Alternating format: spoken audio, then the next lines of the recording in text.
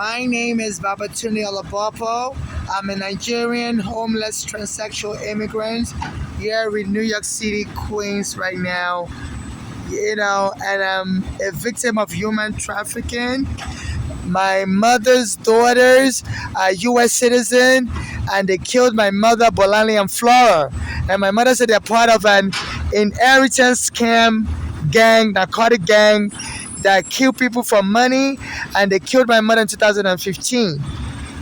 They and their gang is trying to also kill me, and they're trying to frame me up as crazy. This is how they killed my mother, framed her up as crazy. So I'm from Nigeria. My mother's from Nigeria, but our daughters have U.S. passport, so they're Nigerian Americans, Bolani and Flora. So they're part of a narcotic gang in America that kill people for money and sell drugs and stuff. So please, they've stolen my green card, they've stolen my passport, and they're working with the NYPD, this narcotic gang. They are bribing the NYPD to set me up and kill me and arrest me so they can cash in on the money. I'm not married, I don't have a child, so in case I'm killed, under the law, my mother's daughters will inherit my property, and I don't want this to happen. So in case I'm killed or I die, only civil rights activists like me should administer my state and get justice for me and my late mother, and give the rest of my assets in charitable contribution to people suffering xenophobia like me and my late mother, and people being deported by President Trump should be prioritized for assistance. And no family member or any friend should administer my estate or inherit anything from my estate. So there's some people also trying to force me into marriage so that they can inherit something from my estate. So I'm being talking about inheritance scammer, and this is because I'm potentially worth money, because my mother had a green card. My mother's daughter has a U.S. passport, Bolale, so she filed a green card for my mother while I was still a minor child. And the green card was approved. And when my mother brought me here, the immigration arrested me, said that Bolale didn't file a green card for me, and my mother was not allowed to bring me. So under the law, this Bolale is guilty of child abuse, because I was still under 18 when she filed the green card for my mother, but she didn't file a green card for me. So and because of that, the immigration arrested me, so I wasn't qualified to come here. And she could have just filed for humanitarian visa for me to come to America with my mother. So they said I couldn't stay here in America with my mother. That because of me not having a green card, and this Bolale not filing for humanitarian parole for me, because a situation whereby a permanent resident or a U.S. In a situation whereby a relative of a U.S. citizen or a relative of a permanent resident is facing an emergency need to come to the United States, and in my case I would have qualified because I was under 18, and this Bolale filed a green card for my mother, and she could have just filed for a humanitarian visa for me, this humanitarian parole. So she didn't do that, so I was arrested at JFK Airport as soon as I came in with my mother in 2000. And the case lasted 8 years. I got paroled out of immigration prison, and so my mother had a green card, and this Bolale, she had a U.S. passport. She was working. She has her own house in Pennsylvania, and the other daughter, my mother's other daughter, Flora, has a U.S. passport also. They were both working. So me and my mother was staying in a single room on Staten Island, because our daughters were abusive to my mother, so my mother didn't want to live with her daughters. She had previously lived with them, and they wouldn't give her food, because my mother didn't bring me right away. She came alone in 1998, and she went back to Nigeria to come and get me, and that's when they arrested my JFK Airport, saying that Bolale should have filed a green card for me also, that I'm not qualified to come under my mother. And so that Bolani got me and my mother separated by not filing a green card for me, which is child abuse under international law. If you separate a minor child and the parent, that's child abuse, that's torture. So this Bolani got away with it with a US passport. She never got arrested. And she was starving my mother because if you're a US citizen, you file a green card for an immigrant, you're supposed to provide food and make sure that immigrant is above poverty. When my mother got here in 1998, she went and lived with Bolanle in Pennsylvania. She said this Bolanle wouldn't give her food, so my mother fled Pennsylvania and came to New York, and she was homeless on the street. So she was staying in a shelter in Brooklyn, and a black American woman put a knife on my mother, so my mother fled the shelter and started living with friends. And the friends didn't really want her to live there, so my mother was just being tossed around. And this Bolanle had a house. As a matter of fact, my mother won lawsuit money, and this Bolanle and her sister Flora took the money when my mother went to Nigeria, because they were living here in America. My mother took them to Nigeria in 1988, but this Bolanle and Flora used to beat my mother up, so they don't want to live in Nigeria. So my mother arranged for a white family to take care of them, and send them back to America, to Pennsylvania. And as soon as this Bolanle and Flora got to America, they beat up the white family, so they put them in foster care and juvenile prison. Until this Bolanle became 21 and filed a green card for my mother, so my mother could come join her. And when my mother came here, my mother said this Bolanle was abusive to her immediately, wouldn't give my mother food, even though when a U.S. citizen filed a green card for a foreigner, my mother, you have to provide food and support the person above poverty level. So my mother said she was starving in Pennsylvania. My mother couldn't find a job in Pennsylvania, so my mother fled and was living on the street. I went to a shelter in Brooklyn, and someone tried to stab her with a knife. They didn't really like her either because she had a Nigerian accent, and she was just facing discrimination. Said black American woman tried to stab her with a knife. So my mother fled and was living with some Nigerian in Staten Island. They didn't want her there either, because they said those Nigerian, one of them didn't have papers. So that one, my mother said that one was like jealous that that my mother had a green card, that my mother should go get a life. So my mother finally found somebody to stay with. And so my mother started working as a home health aide and went to Nigeria to pick me up. And but JFK, they arrested me at JFK airport in 2000. Said that Bolanle never filed, that the green card Bolanle filed for my mother doesn't allow my mother to bring me here. So my mother assumed that the green card Bolanle filed for my mother allowed her to bring me, because my mother told that Bolanle to make sure I'm included in the green card application. So so my mother thought I was qualified to come here, but I arrested me at JFK, in 2000. Said even I was still under 21. They said that Bolanle didn't file any petition for me. So the case lasted 8 years, trying to get me to stay here. So they said they wanted to send me back to my father, and I told them my father was abusive to me in Nigeria. I don't want to go back to my father. So the immigration said, do I have any witness that tell my mother's daughters here in America that my father was abusive? I said, I'm introverted. I'm an introvert. I don't really tell people my life story. So my immigration files reflects that 77954628. So while my immigration case was going on, me and my mother was staying in a single room on Staten Island, New York, because my mother said she doesn't want to go back to her daughters. Her daughters were abusive to her, and I would starve her. So we're staying in a single room, so the landlord kicked us out. That two people can be in a single room. So me and my mother was staying in a hotel. So my mother was trying to get her daughters, because my mother also was a green card then, and her daughter had a US passport, and they had better jobs than my mother. So my mother was trying to get them to help her, because under the law, this family was supposed to be supporting my mother, because my mother was still under poverty level. She was taking care of me, and if you file a green card for somebody, you're supposed to take care of the person above poverty level, take care of the person's household. So this family was supposed to be taking care of me and my mother, and she didn't take care of me and my mother. We were staying in a single room, and so this Bolanle and her sister Flora told my mother to lie on me that I'm crazy and just abandon me on the street. Because my mother says it's getting expensive taking care of me. She's paying for immigration lawyer. I couldn't work. I didn't have a status, and my immigration case was going on in court.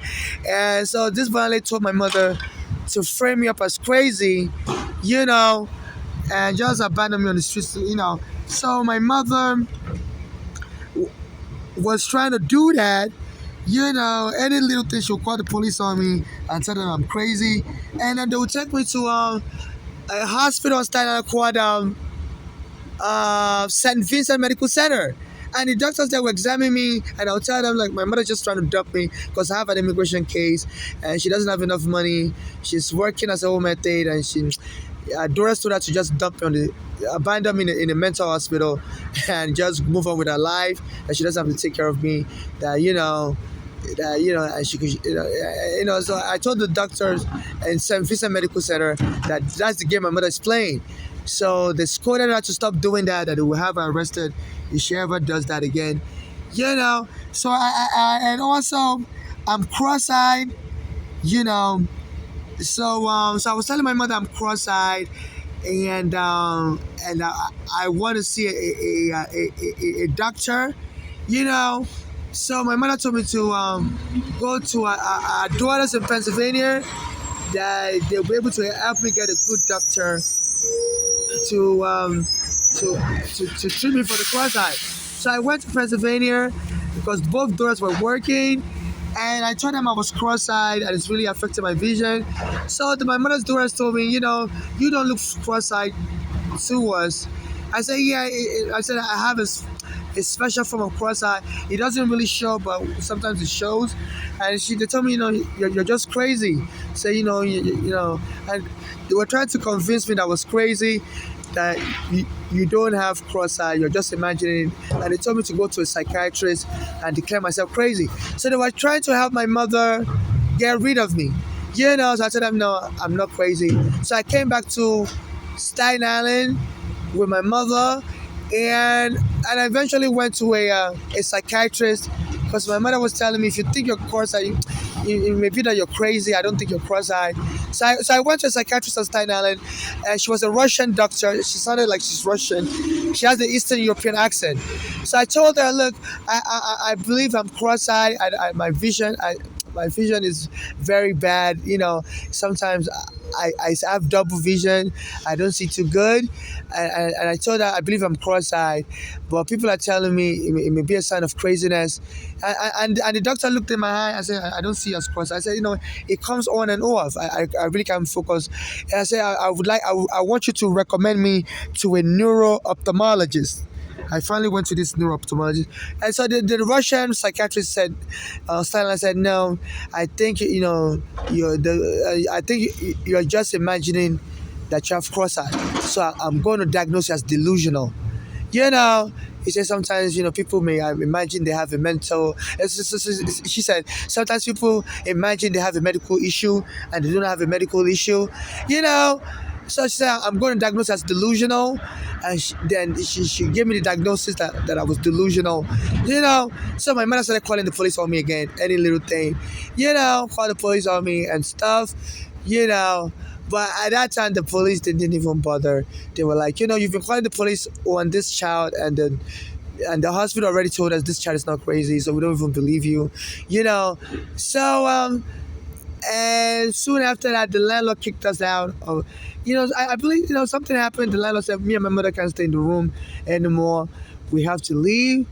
I don't know if my mother went and told the landlord to kick me out, so I could be on the streets, because I had a delusional diagnosis. So the landlord suddenly came and said, you have to, I'm going to separate you and your mother. I'm going to take your mother somewhere else, and you have to live on the street. And I started crying. I said, I can't be on the street. So my mother said, okay, my mother told the landlord, she's not going to go with the plan anymore. That that it's okay, that she wants to go back into the room with me. But the landlord said no. We had an agreement that we're going to get rid of your child. Your child's going to be on the street. I'm going to take you to another place. I said, no, you and your child can't be in the same room anymore. Said no. So my mother said, okay, So my mother called the police, but the police were like, I don't know. She didn't really call the police. So my mother was like, so she told me, okay, she's going to take me to the hospital, that she believes, this situation is stressing me out, so I may have a high blood pressure, so the landlord kicked us out like that. So my mother and the landlord had a plan, that I had a delusional diagnosis, and the landlord should just come and tell me I can't stay with my mother anymore because I have a delusional diagnosis, and I'm going to be living on the street, and it's going to take my mother somewhere else. So I told the landlord I'm not crazy. Like, why would I be on the street? I told him I have an immigration case, that and I was crying, I was emotional. So my mother got emotional also. She was like, like, I can't do this to my child. So she told the landlord, forget about that plan. Let me and my. And she told the landlord she wants me and her to go back into the room. And the landlord said no, no, you and your child don't go back into that room. If I don't want two people, and if you're going to insist you're going to be two people, then you both are going to be homeless. So my mother drove me to the hospital, saying, that to just test me out for high blood pressure. So I went to Staten Island University Hospital. They tested me out for high blood pressure and stuff. And so we checked into a hotel, Richmond Hotel on Staten Island. So, my mother was telling her daughters that, she doesn't want to be paying a hotel bill. And, she's looking for a way to just dump me on the street and stuff. So the daughters told her to bring me to Pennsylvania, and trick me to come to Pennsylvania. So my mother told me to follow her, that we're going out to Manhattan. So I followed her, and I saw her buying a bus ticket to go to Pennsylvania. So I'm like, I don't want to go to Pennsylvania, because I'm afraid you may just dump in Pennsylvania. She was like, no, I'm not going to dump in Pennsylvania. She was like, she has something to do real quick in Pennsylvania, and we're going to come back the same day. So I got on the Greyhound bus with her. So she kidnapped me under false pretext, and went and took me to Pennsylvania. And when we got to Pennsylvania, I noticed our daughter Flora told my mother to come out of the house and put my mother in the car. And so I got in the car also, and that Flora kicked me out of the car and ran me over with the car and sped away. And I was on the floor. On the address was 636 Industry Street, Pennsylvania, Pittsburgh, Pennsylvania 15210. So that there are people watching what happened, because she kicked me out of she told me to get out, and as soon as I was trying to get out of the car, she sped off, and the car ran me over. So I fell down and the car ran me over, and she sped up, zoom, and she took my mother to the Greyhound bus station in Pittsburgh, and my mother got on the Greyhound and came to New York. So my mother's older daughter, Bolale, was in the house, so she called 911. And she was like, I was delusional and I had a weapon. I was attacking them with a weapon. So the Pittsburgh police came. At that time also, that Bolale used to tell me, Diallo had just been killed. There was a West African immigrant killed in New York. So that Bolale used to tell me it's so easy to kill a black person in New York, in America. So the police will easily kill a black person for any reason. And she told me to be very careful. So the American police are not like the Nigerian police. They will kill you as a black person. So she wanted to, and she heard that the Diallo family won a lot of money. So I believe that motivated this Bolale to see that she felt that I was worthless, because I didn't have status, and the immigration was trying to deport me. So she felt like, if she calls the police on me, tell them I was delusional and I had a weapon, the police would just come and kill me, and she would sue them and get the money, So she set me up to, they say in the black community they call it ghetto lottery. So that Bolale plays lottery a lot. So I told her I normally dream, and the dream normally comes to pass sometimes. So she was like, and she told me if God ever shows me a lottery number in the dream, I should give it to her, because So my mother says she's always overspending, always buying clothes, always having credit card debt. But she bought a house, and she was able to maintain a house. So she was always desperate for money. She was single. She didn't have a child. She had like a college degree. She was a paralegal and stuff. She had a job, but apparently she was on drugs. I think she was on cocaine, because she was very thin. And so my mom was wondering what was she spending her money on, but she was extremely thin. But she was working out, she was going to college and stuff. She was a paralegal, she also works in a hospital, but she's always complaining that she's broke. So my mother finally told me that she has a cocaine habit. But she was very brilliant. She hid that habit. But one thing about her was she was like very, very thin. And my mother thought she was just like my mother told me she thought she was just dieting. That was one thing I noticed about her when I came here from Nigeria. She was like extremely thin. I was like really worried. But my mother said, that in America people like to diet and stuff. So she called the police on me in 2001. Said I was delusional. I had a weapon. So I told the police I'm not delusional and I have a court case, in immigration court, and my mother abandoned me. And the prison police said, we don't believe you. We believe you're delusional. And they took me to the psych ward. They arrested me and took me to the psych ward. It's a place called Mercy Hospital. So I was telling the hospital, look, I'm being framed up. You know, I have an immigration case in a few days' time. I said, please, and my mother came and ducked me here in Pittsburgh. I said, my immigration case is in New York. So the hospital said, we don't believe you. We believe you're delusional. Your mother's daughter said you don't have an immigration court case. So while I was in the hospital, I started calling, I started calling 411 to get my lawyer's phone number, and so the hospital told me, stop calling. Stop. I first called the immigration office, and I spoke with our 800 number that please, I'm trying to get my immigration record sent to the hospital and stuff, but that didn't really work. I just needed proof that, So so the doctor said we've been monitoring you calling people on the phone, thinking you have an immigration case. You don't have an immigration case. Your mother's daughter said you don't have an immigration case. You're just crazy. Say please stop calling people on the phone. Stop calling the immigration. We have to increase your medication. I said I really have an immigration case. It's coming up in a few days. If I miss, I'm going to get deported. I said my mother's daughter, I just want me to be deported because they don't want to take. They don't want me, they don't want to be financially responsible. None of them have children. I said they're just so mean, and they all have U.S. passport. And my mother won money, a lawsuit money over lead poison in the house in the 1980s. Because she was living in a house in Brooklyn. So my mother said the dress took that money from her. That money was like $400,000 or so. And my mother said the dress won't share it with her. While my mother was in Nigeria, my mother said the daughters took the money from my bank account. So I'm like, but they just don't want to help me, but the hospital said we don't believe you. We don't think your mother's daughters will lie on you that you have an immigration case, that you don't have an immigration case.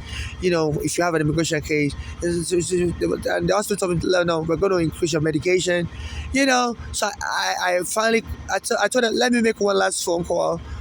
They were like, to who? I'm like, to my lawyer. So we don't want you to call anybody because you're just going to be bothering strangers and believing you have an immigration case. So let me call my lawyer, DiPietro. So I called my lawyer and he answered. I said, Mr. DiPietro, can you speak with? I'm in a psychiatric hospital. My mother's daughters lied on me, and I need you to tell them to release me so I can come back to New York, so I don't miss my immigration hearing. So the Ralph DiPietro, my lawyer spoke with the hospital, said I do have an immigration case coming up in a few days, and I have to be there, otherwise I'll be ordered deported in absentia. So the hospital were like, we're so sorry, we assume you were crazy all along. So we're so sorry. So they released me, but they never arrested Abolale. I'm like, this is a felony to